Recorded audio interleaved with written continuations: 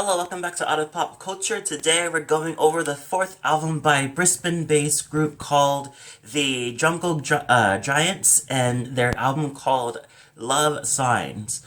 So I am a little bit late to this party. I got into them during their 2017 album called Quiet Ferocity, and I loved it. I thought it was really fun, and I kind of love. There's this weird kind of energy that I got from the band. Like they really have fun. It feels like they really have fun with their songs. Like it feels like I'm like sitting there with them, kind of just like absorbing that fun of just dancing and I don't know. It seems like there's more to it than just chasing the charts or going to somewhere. Like they're happy. It seems like they're happy for that. I seen it on Instagram, but it also feels like there's this nice little bond between all four of them, which is really really cool.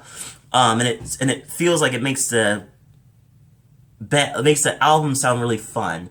I haven't gotten to Speakerzoid or Learn to Exist. I want to get into those and eventually will. But we're getting into Love Signs. So this one's pretty much exactly what the title says. It's about love, and majority of it's pretty much good love. There's some kind of like turmoil in some songs, but most majority is just like turmoil only because we just want to work it out, but nothing's doomed. So, maybe two of them are, but like majority of it seems like it's still has a lot of love inside between the two people that the narrative is talking about. So let's go over this album and talk about this. So I love the sound of this album. It has a consistent sound throughout the whole time, which is one of the many things I love about an album. Is one of the top things I love about the album was when it's consistent with sound. And it doesn't have to be but consistent, but not sounding exactly the same throughout the whole thing. And I feel like there is a undertow kind of bass that goes throughout the album, but it never stays. It's never exactly the same.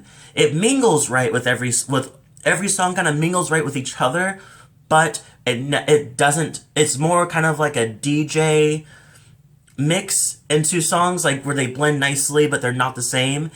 Kind of direction more than just like, oh, this one sounds exactly like this one sounds exactly like this one kind of thing. So I'm really happy to know that, because I felt like in the singles, I thought the first one, like Heavy Hearted, and what was the second one? Semi Your Lovin'. I feel like that one, they almost sound the same, but then as I heard it through the album, I was like, oh, no. It's just, they're just the same space of how the sound for the album. So let me get into some of the songs I like. So first of all, I love Signs. I think it's a great way to start off the album. I think it sounds really nice. I love the production.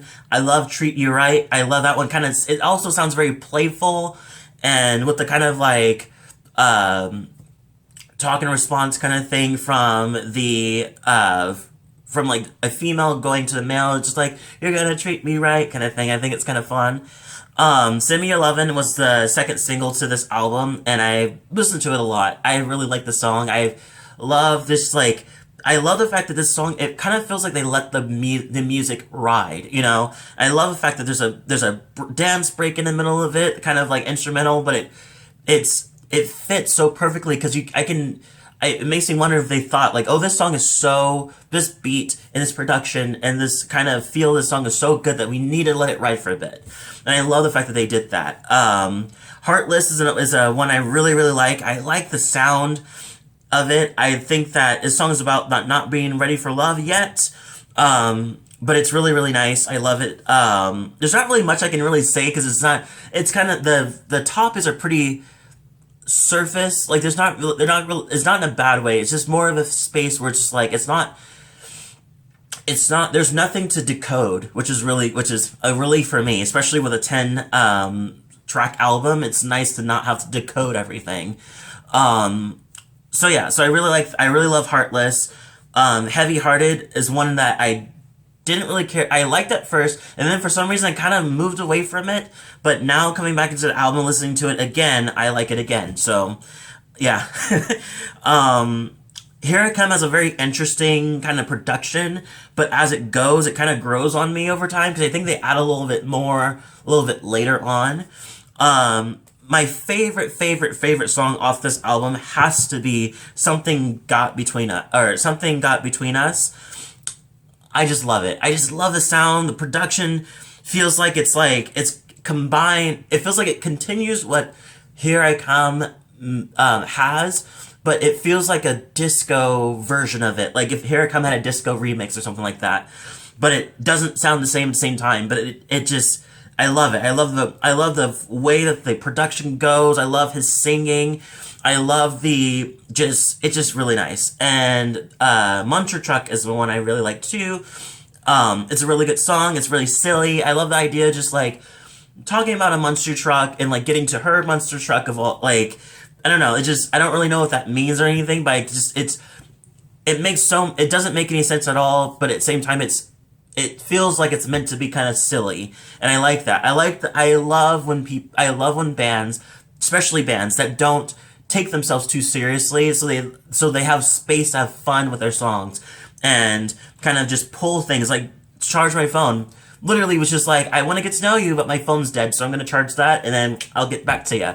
I feel like I love that kind of thing. It's just silly. It's not meant to be like intense or anything, and I love that. For this whole album, I really love the fact that it's lighthearted, but it still says a message, but it also kind of there's a lot of love inside of it, and I love the fact that they leaned more into kind of a dancey direction, or kind of complete dance direction.